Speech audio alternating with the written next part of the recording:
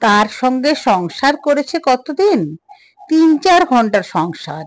স্বামীকে বিচ্ছেদ দিয়ে সে থাকতো একা একটা ফ্ল্যাটে। সেই ফ্ল্যাটে যেতাম। কলেজে অফ ডে কবে সে জানাতো ফোনে। তার ফোন মানে আসতে বলা। গেলেই আমার কোনো বই এনে সামনের পৃষ্ঠাটি খুলে ধরে অনুরোধ, সই করে দিন। আমার অবাক লাগতো প্রথম প্রথম।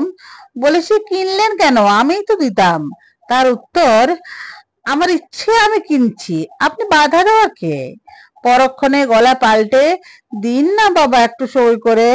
হ্যাঁ, আমরা পরস্পরকে আপনিই বলতাম। সারাক্ষণ আপনি। শুধু ওই সময়টুকু তুমি হয়ে যেতাম দুজনে।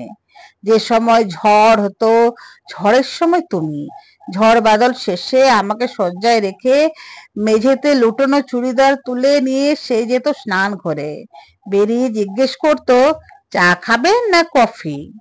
ততক্ষণে পোশাক বদল করেছে সে। বলতাম, কফি করুন। আবার আপ্রীতি ফিরে যাওয়া। কফি শেষ হলে বলতো, ভাত চাপিয়েছি, সঙ্গে সাদা আলুর তরকারি, লঙ্কা দিয়ে। ডাল আছে, খেতে বসলে মাছ ভেজে দেবো। তাড়াতাড়ি স্নান সেরে আসুন। কেমন যেন সংসার সংসার মনে হতো।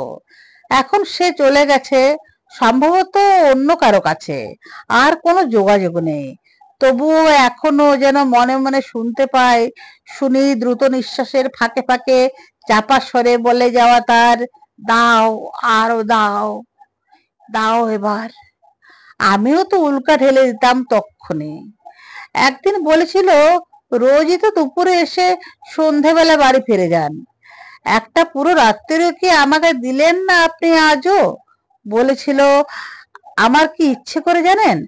আপনার কাঁধে মাথা রেখে বৃষ্টির আওয়াজ শুনবো, শুয়ে শুয়ে অন্ধকার ঘরে, বিদ্যুৎ চমকাবে জানলায়।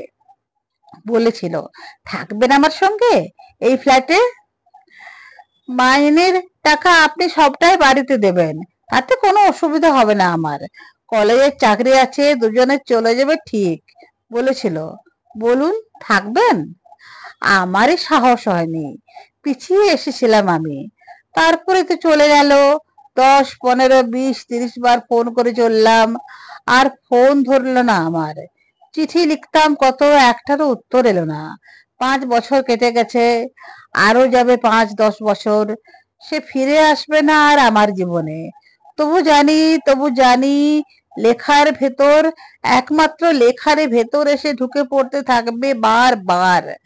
তার সঙ্গে আমার সেই 3-4 ঘন্টার সংসার, প্রত্যেক সপ্তাহে পাওয়া সে আমার 3-4 ঘন্টার সংসার।